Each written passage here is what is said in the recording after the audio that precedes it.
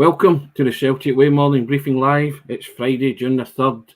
I'm Haggerty 10, Tony Haggerty, you know the drill, and I'm joined today by Sean Martin at Sean Martin TCW. How you doing, Sean? Aye, good, Tony, yourself? Same old, yes, indeed, nothing ever changes. Friday feeling?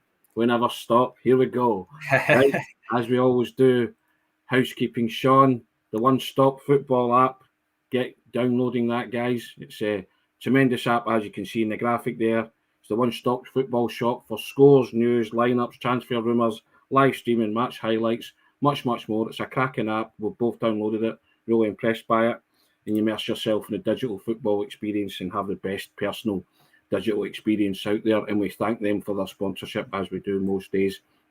And as you see running along the bottom, guys, if you subscribe to the Celtic Way, you know what to do. Hit that button, www.celticway.co.uk/subscribe, and you can enjoy a free trial, 30 days of Celtic Way content on us.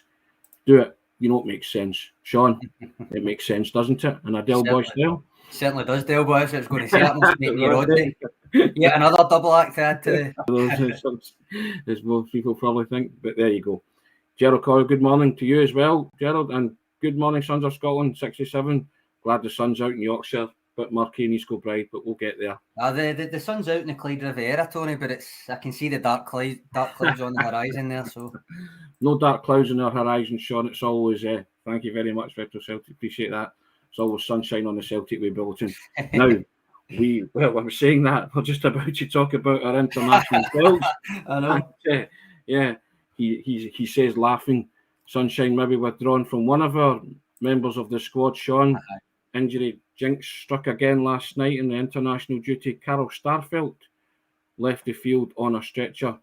Journalistic point for you, Sean.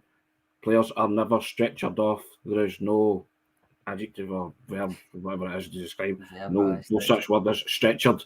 There you go. They are taken off on a stretcher. There you go. I was always told that. That's one for the style guide. Oh, without a doubt, I was always told that. They're never stretchered off, Tony. Slapping the wrist and all that kind of stuff.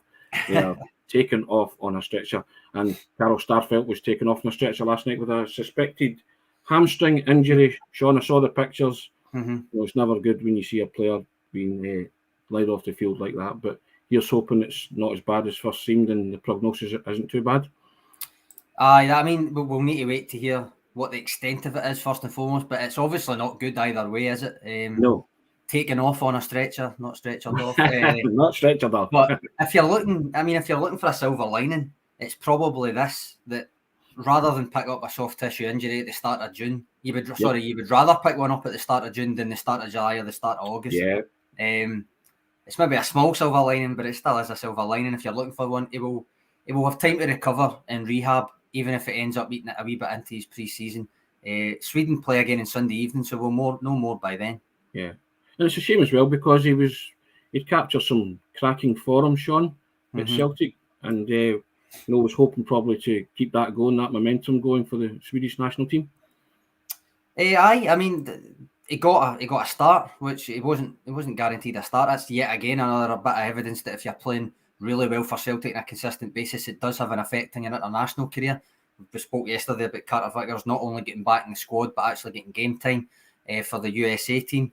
Starfelt's the same. We'll come on to Liel Abada. He get his first senior start for the Israeli team as well. This is all pretty much on the back of really good seasons for Celtic. In terms, if you want to talk about the recruitment, that kind of thing does play a part. You mentioned it yesterday that these things all tie in. If you can earn your way into whether it's a start or whether it's getting back into the squad of your international side off the back of playing well consistently for Celtic. And remember, in a season where they had Europa League group stages, but it wasn't the Champions League. So if you're doing it on the Champions League, that only furthers that case as well.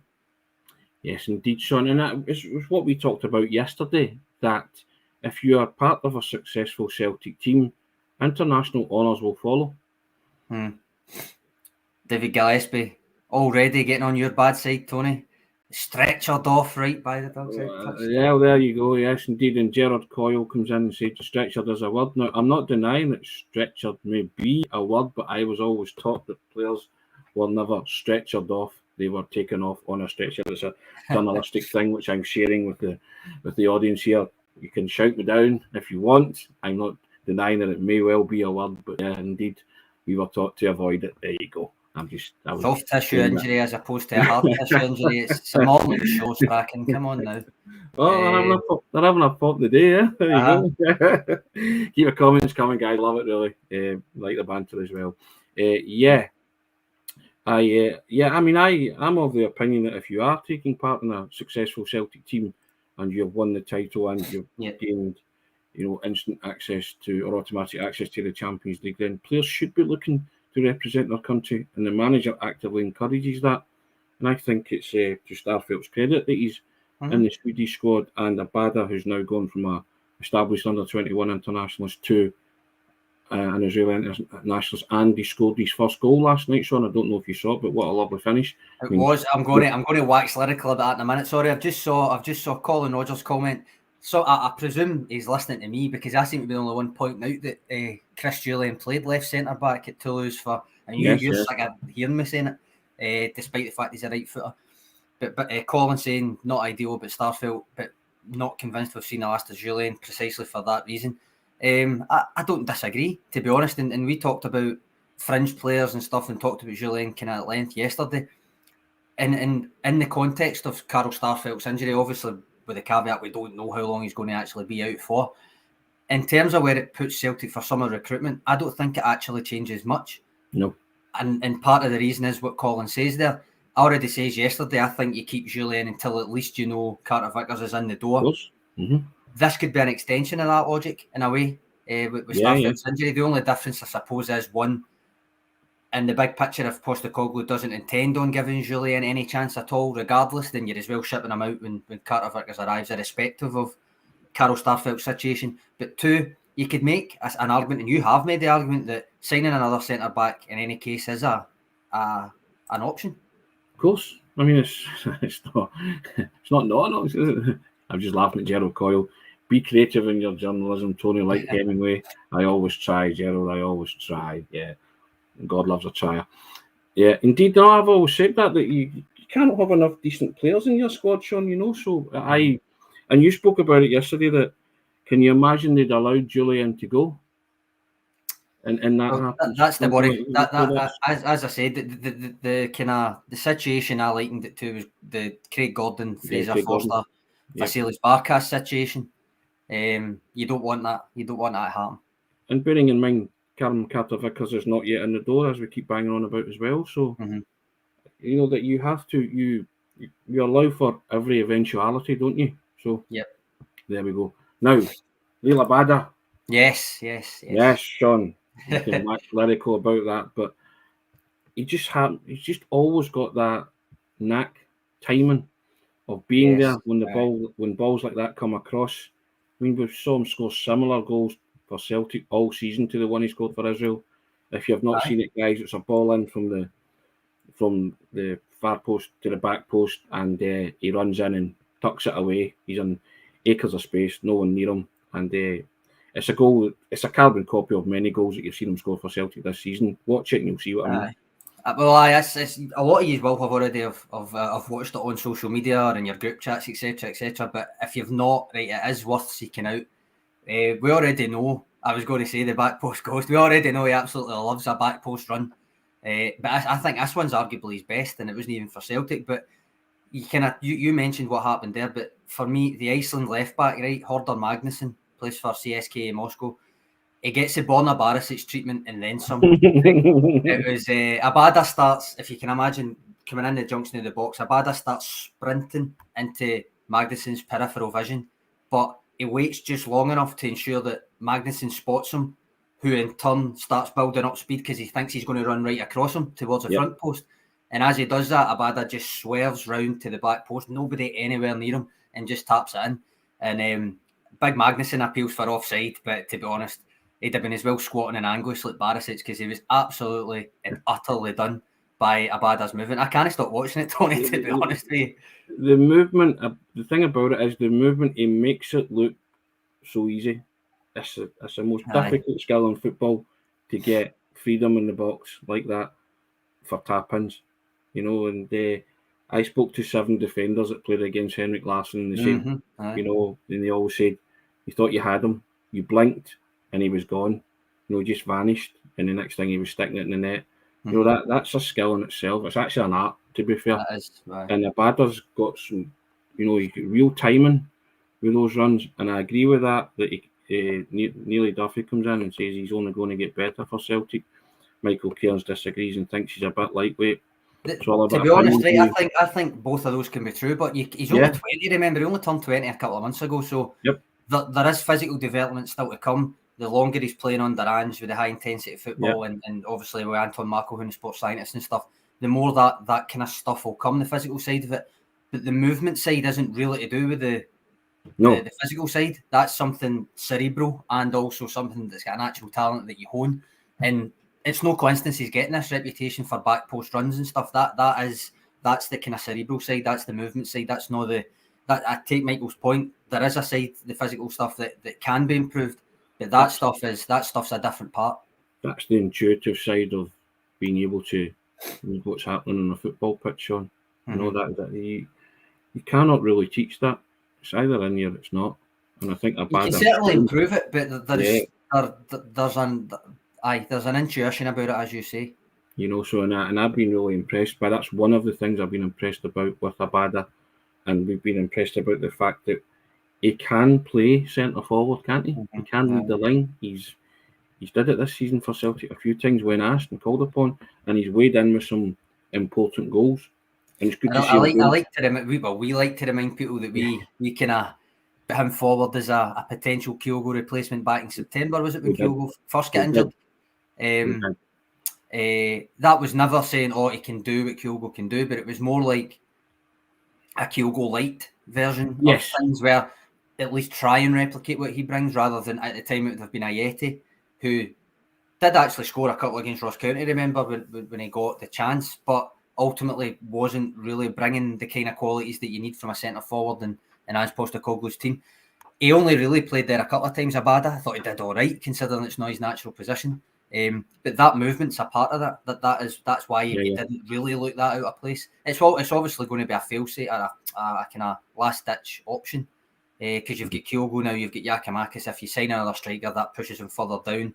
But you've got Maida who can cover all three up front. Abada can technically cover all three up front if you think about it. Forrest can switch wings. Jota, if he signs, religiously switches wings with Maida during the course of play. Kyogo has played out wide. I don't want him to play out wide, but it's the only one that you don't really push out wide as an actual starting position is Giakoumakis, and I think that's great to have that. Yeah. Now, Strachan's laptop comes in and says, talent, Tony. Don't know if he's talking about me. I'm assuming he's talking about Abada. Don't you think, Sean? Yeah, indeed. I think so. Well, you never know, Tony. Talent. Yeah, he missed out the word less in front of that. Then if he was referring to me, talent less. But there you go. I like a bit of self-deprecation. It's the way forward. But no, it's a highly impressive goal.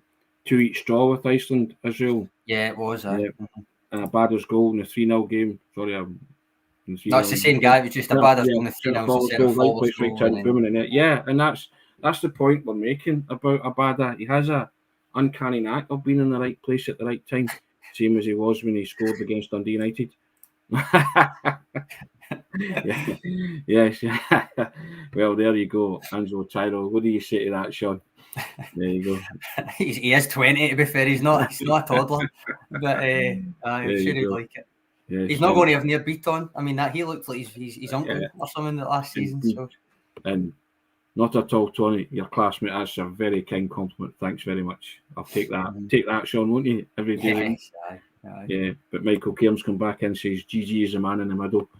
Not disputing that at all. We like Georges Giakoumakis up front, but we're just saying in the highly unlikely event that both your main strikers are injured again, like they were last season, then Liel Abada can step up to that plate, Sean. That's the thing. That's exactly what I mean. On my depth chart, put it this way, he's not going to be listed as a centre forward option, but you know that you can, and that's enough for me. That's that kind of versatility. You could even argue he's not in the starting 11 if Jota signs. You could probably argue it's Maida, Jota, and Kyogo, right? Yeah. But that versatility, and I always like that when it's beyond your starting 11 and maybe your 12th, 13th, 14th, maybe 15th man. I think the rest of them need to have an element of versatility to kind of justify the squad places and be able to cover where they're needed. And in the interest of equality, Sean, the Retro Celtic is your class too. We'll take that, guys. That's very kind. Very kind. Now, another thing we noticed yesterday, Sean, manager spoke, didn't he? He did. He did. Contracts and stuff like that without labouring the point. He's here for as long as people want him, Sean. Pretty much, aye. I mean, it was another nice interview, wasn't it? From I was going to say from the beach in Greece, but the revelation was that he hadn't actually made up his mind if he preferred the beach or the pool. I did like the comment. I didn't think there was anything he'd ever not made his mind up on, to be honest. So I was shocked and stunned, Tony, by that revelation. I like the comment. Contracts don't mean jack. There was a word missing, wasn't there? There was a word missing. We spoke off here yesterday. We had a chuckle about that, didn't we? Yeah. I mean, he just has talked about Abada having an uncanny knack of being there at the right time. Ange's an uncanny knack of saying the right thing at the right time, doesn't he? He's great value. He does. I mean, I think we're not going to go too in depth about his contract again today because, well, primarily we've done it a couple of times, but I think we're pondering putting out a wee panel piece, aren't we? Where we're slightly different views on the contract stuff. If you tune in regularly, I've mentioned a few times what the kind of worry with me about the contract thing is. But we're not going to get into a hell of a lot of detail about it today, are we, Tony? We're keeping it quite light-hearted with the beach or the pool situation, I suppose. Indeed. Keep that light-hearted with the commenters coming in as well. Keep them coming, guys. We enjoy it. It's we like a wee bit of Friday bit of banter, Sean, don't we? Indeed, Speaking of the fact, I forgot us to say when we were talking about international football, given that it's Friday, we won't be back until Monday. Just to give you a wee rundown of who's playing when over the weekend.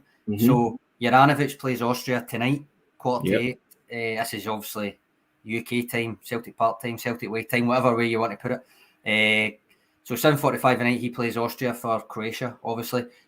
Tomorrow afternoon, 2:00, you've got Matt O'Reilly playing for Denmark under-21s against Kazakhstan. Obviously, we don't think Karl Starfelt's going to be fit, but if he is fit, Sweden play Norway Sunday evening, 5 p.m. Then you've got Stephen Welsh, Scotland under-21s against Belgium under-21 Sunday afternoon, 3:00. And then if you like a late one, certainly if you're here, it'll be a late one. Carter Vickers, again, don't really want to spoil it by listing him as a Celtic player, but nonetheless, Carter Vickers for America against Uruguay Sunday night at 10:00. And although it's not technically a weekend, 11:20 a.m, again, Glasgow time, Japan versus Brazil on Monday morning. Could have Kyogo and Maida playing a part against Brazil. Excellent. Nice rundown there, Sean. I think a lot of people might be trying to tune in to see how Cameron Carter Vickers plays. Well, if you're heading like me, I put the wee favourite thing on, whether it's one football or whatever. I put the wee favourite thing and get the score updates, just the games that these players are playing, just to see. But yeah, indeed. But Cameron Carter Vickers might be one to look out for how he does, and also Kyogo and Maida. Not every day you play Brazil, Sean, is it? Oh, no, I know. And you know what the Brazilians tend to put out? I mean, they do cap a lot of people, but they tend to put out quite a strong team regardless. So I think, apart from the kind of prestige of playing against Brazil, and it is just a friendly, but it's also warm-up for the Carling Cup. I think you'd be looking to see both of them getting a wee bit of game time against Brazil. Of course, that'd be nice to see them do that. Yeah, indeed. Yeah, but again, it's the caveat, touch wood, that nothing befalls them, really. That's the thing. I says to Alison the other day when we were talking about Ralston and Turnbull, Taylor and McGregor for the Scotland squad and stuff, that when you think about it from a Celtic point of view, really, regardless of what country you're either from or support, when you're thinking about it from a Celtic point of view, it's really just, are they fit at the end of the international break? Like that's the question. 3 words: come through unscathed. Yes, I think is what Ange and all the Celtics. No stretchers, please. No stretchers, no stretch aired, none of that kind of caper. Whatever. They just stay on the park and stay fit. And as I say, come through unscathed. I guess that's what every international manager hopes for. Every club manager hopes for. Players representing their international countries, isn't it? But yes, Sean, it's another interesting weekend in terms of Celtic interest in the international stage. Aye, it is. It's as I say, I might watch one or two, but I'll certainly have the score and the latest updates and stuff like that on my phone because I like to keep up with that. That's the kind of thing I'll do with my weekend off. But yes, indeed, to have you can't help it. You need your fix, don't you? That's the thing. When it's not football, you seek it elsewhere, and a lot of people maybe don't like international football, but it does have its interest, especially when you're saying, and Matt O'Reilly as well, playing now, looks like a kind of solid under 21 Danish international. I'm just hoping that he can make that step up and get that step up. I think he will make that step up. I think it's only a matter of time. I think when the fact he can play for a couple of nations almost accelerates the fact that they really should cap him at senior level as soon as they can. But I think it's only a matter of time. The guy's got so much talent. I'm just losing Gerald Coyle. Great show, lads. I'm up to these things. By which I'm sure he means your latest offering on the website, Tony. It might well do, Sean. I'm not too sure. That would be a compliment of the highest order, to be fair. But yeah, as I say, we strive for. I personally strive for some mediocrity. If I get above mediocrity, you know what I mean? I'm delighted with that. But there you go. Good show, boys. Need to do a daily player rumour section. The thing is, right, I'm actively trying my best not to make these daily briefings just simply who's been linked with Celtic today, that kind of thing. It's tempting, don't get me wrong, it is tempting, but I'm trying my best not to make it every single day, right? This is who's been linked, this is who's been linked. But we'll see. There is a reason it's called the silly season, Sean.